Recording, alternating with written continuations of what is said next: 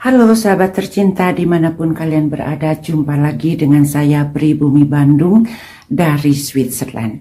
Jadi hari ini saya sudah berada kembali di rumah setelah traveling ke beberapa tempat di negara lain. Semoga kalian semua selalu ada dalam keadaan sehat. Dan tentu saja pada kesempatan video kali ini saya ingin memperlihatkan suasana terkini, suasana saat ini di negara Swiss, tepatnya di daerah Zurich Oberland, di mana tempat saya tinggal. Untuk selengkapnya, silakan diikuti videonya. Senang juga ya setelah bepergian jauh, penerbangan sangat jauh, sekarang saya kembali lagi di rumah. Dan saya akan membawa teman-teman keluar bagaimana situasinya di luar sana. Ini adalah di salah satu halaman belakang di kebun rumah saya. Di sini tidak melihat bunga-bunga kuning karena rumputnya baru saja dipotong. Nah, teman-teman pasti penasaran ya, kalau musim semi itu banyak sekali bunga-bunga liar yang tumbuh di padang rumput ataupun di rumput halaman rumah seperti ini. Jadi untuk yang penasaran, saya pun akan membawa kalian ke kebun rumput lainnya yang banyak sekali terhampar luas di negara Swiss dengan dipenuhi oleh bunga-bunga liar yang berwarna kuning atau putih, kadang-kadang violet seperti itu. Dan ini adalah suasana penduduk di desa di mana saya tinggal. Nah, di depan sana ada bunga kuningnya sedikit ya. Itu yang belum kepotong teman-teman. Kalau yang lainnya sudah terpotong. Nah, ini dia. Pohon-pohon itu ya banyak dipenuhi oleh bunga-bunga. Dan saat inilah musimnya, musim semi di negara Swiss. Jadi kalau datang sekarang pasti akan lihat kecantikan ini.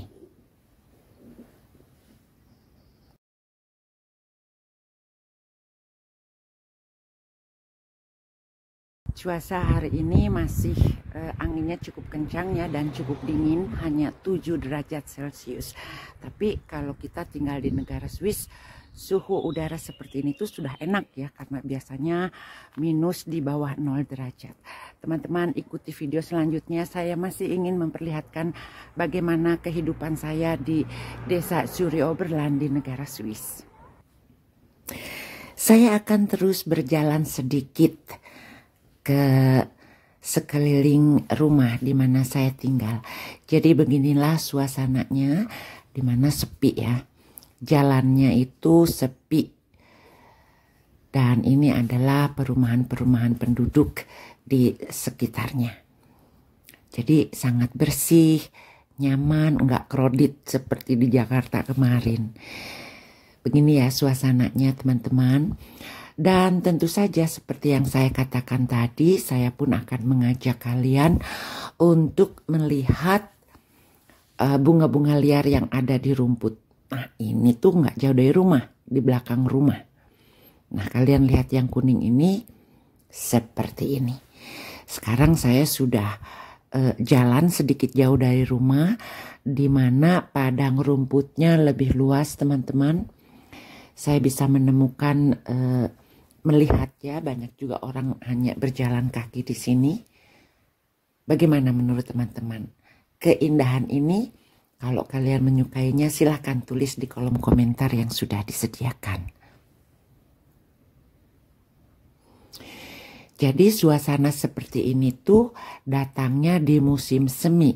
Antara bulan April, Mei itu pasti cantik seperti ini setiap tahunnya teman-teman. Makanya banyak yang melihat kalau alam negara Swiss itu dibilang surganya dunia. Seperti itu. Selain bunga-bunga menguning, kalau kita pergi melihat pegunungan pun masih ada salju ya di sana. Jadi tergantung berapa tinggi gunungnya. Kalau gunungnya yang masih tinggi itu masih putih ya. Jadi kalian pun bisa melihat bunga-bunga muncul dan juga masih bisa melihat salju di musim semi.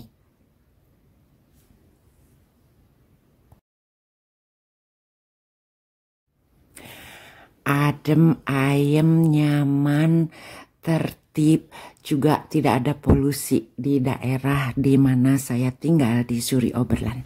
Dan tentu saja kalau untuk negara Swiss, kemanapun kita pergi, kita akan selalu disajikan oleh suasana yang cantik, yang terjaga rapi. Ada teman-teman yang bertanya, Bunda, kalau rumput-rumputnya itu ada yang potong enggak? Tentu saja. Jadi seluas apapun rumput-rumputnya itu ada yang merawat, ada yang memotong. Dan saya akan berlanjut ini memperlihatkan kepada teman-teman kecantikan musim semi di negara Swiss, di mana bunga-bunga tulip pun sudah bermekaran. Wah, cantik banget ini, luar biasa. Di sana bunga yang kuning itu dibilang Osterglockli, dan yang merah juga, yang kuning ada juga bunga-bunga tulip. Nah, yang ini tuh datangnya di awal musim semi. Teman-teman semua, tentu saja kalian pun bertanya-tanya, bulan apakah yang terbaik untuk datang ke negara Swiss? Kalau menurut saya, setiap bulannya itu sepanjang tahun mempunyai keunikan dan suasana tersendiri. Jadi kembali lagi, tergantung kalian mau musim apa datang ke negara Swiss. Kalau winter tentu di sini akan memutih semuanya. Kalau musim gugur tentu pohon-pohon akan berwarna kemerah-merahan atau violet. Kalau musim panas biasanya hijau semua. Dan sekarang musim semi, maka pemandangannya seperti yang teman-teman lihat. Cantik, indah. Untuk saya sendiri, saya sangat bersyukur dan banyak belajar dari orang-orang yang hidup di negara Swiss ini, di mana mereka sangat menjaga kebersihan alamnya. Jadi sekali lagi, tergantung kepada masyarakatnya sendiri. Kalau secantik apapun, kalau kita kotori, tidak menjaga kebersihan, maka tidak akan terlihat cantik dan bersih seperti ini. Nah, teman-teman, saya pun akan mengajak kalian sedikit berkendaraan mengelilingi pedesaan di mana saya tinggal. Jadi begini suasana jalannya antara rumah satu dengan rumah lainnya. Dan karena saya tinggalnya di hill ya, atau di daerah perbukitan, maka saya ajak juga teman-teman menuruni jalan perbukitan ini yang akan menuju, di depannya itu ada danau besar, Danau Zurich. Jaraknya itu nggak jauh ya, hanya 5 menit dengan berkendaraan menuju jalan ini. Jalan yang berkelak-kelok turun ke bawah, dan nanti di depan sana kita akan melihat kecantikan dari Danau Zurich yang cukup luas, teman-teman, di mana keliling danaunya itu mencapai 80 km. Jadi danaunya besar banget. Kita pun bisa melihat air danaunya tuh jernih. Nah, itu dia teman-teman. Danaunya luas banget ya.